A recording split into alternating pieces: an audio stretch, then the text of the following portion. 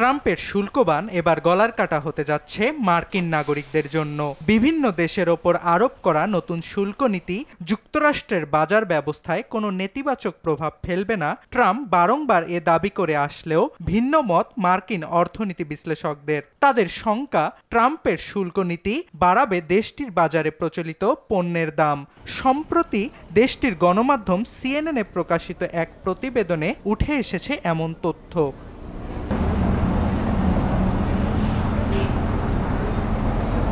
ঠিক কোন কোন পণ্যের ওপর ট্রাম্পের শুল্ক নীতির নেতিবাচক প্রভাব পড়তে যাচ্ছে তা নিয়ে শুরু হয়েছে বিস্তর আলোচনা।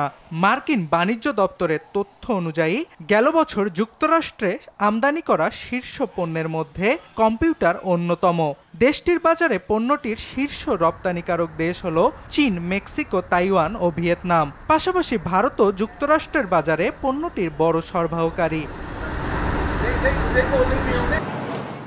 যেহেতু দেশগুলো ট্রাম্পের উচ্চ শুল্ক আরোপের তালিকায় রয়েছে, তাই পণ্যগুলো কিনতে বাড়তি অর্থ খরচ করতে হবে মার্কিনীদের। ইয়েল বাজেট ল্যাবের অর্থনীতিবিদদের হিসাব অনুযায়ী ট্রাম্প ঘোষিত শুল্ক নীতি অনির্দিষ্টকালের জন্য কার্যকর থাকলে স্বল্প মেয়াদে অর্থাৎ 2 থেকে 3 বছরের মধ্যে কম্পিউটার সহ অন্যান্য ইলেকট্রনিক্স পণ্যের দাম বাড়বে আনুমানিক 18.2%।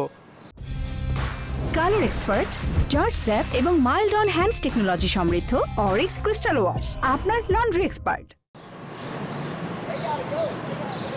ইয়েল বাজেট ল্যাবের ধারণা, নতুন শুল্ক নীতির নেতিবাচক প্রভাব ফেলবে পোশাকের দামেও। সংস্থাটির শঙ্কা, পোশাকের দাম স্বল্প মেয়াদে 37.5% এবং দীর্ঘমেয়াদে 17.4% পর্যন্ত বাড়তে পারে। এছাড়াও জুতা, অ্যালকোহল, খেলনা এই পণ্যগুলোর জন্য মার্কিন নাগরিকদের অনেকাংশে নির্ভর করতে হয় বিদেশিদের ওপর। পণ্যগুলোর বেশিরভাগই আসে চীন থেকে। তাই বিশ্লেষকদের শঙ্কা, পণ্যগুলোর আমদানির একটি বড় অর্থ মার্কিন নাগরিকদের পকেট থেকে কাটবে ব্যবসায়ীরা।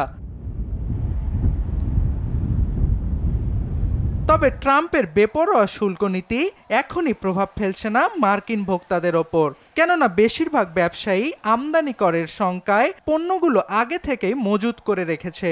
এ কারণে গোল্ডম্যান স্যাক্সের অর্থনীতিবিদদের অনুমান, মজুত করা পণ্য ফুরিয়ে গেলে বাড়বে পণ্যের দাম। তাই ট্রাম্প ঘোষিত শুল্ক নীতির নেতিবাচক প্রভাব পড়তে আরও 8 মাসের মতো সময় লাগতে পারে। অর্ণব প্রসাদ, RTV।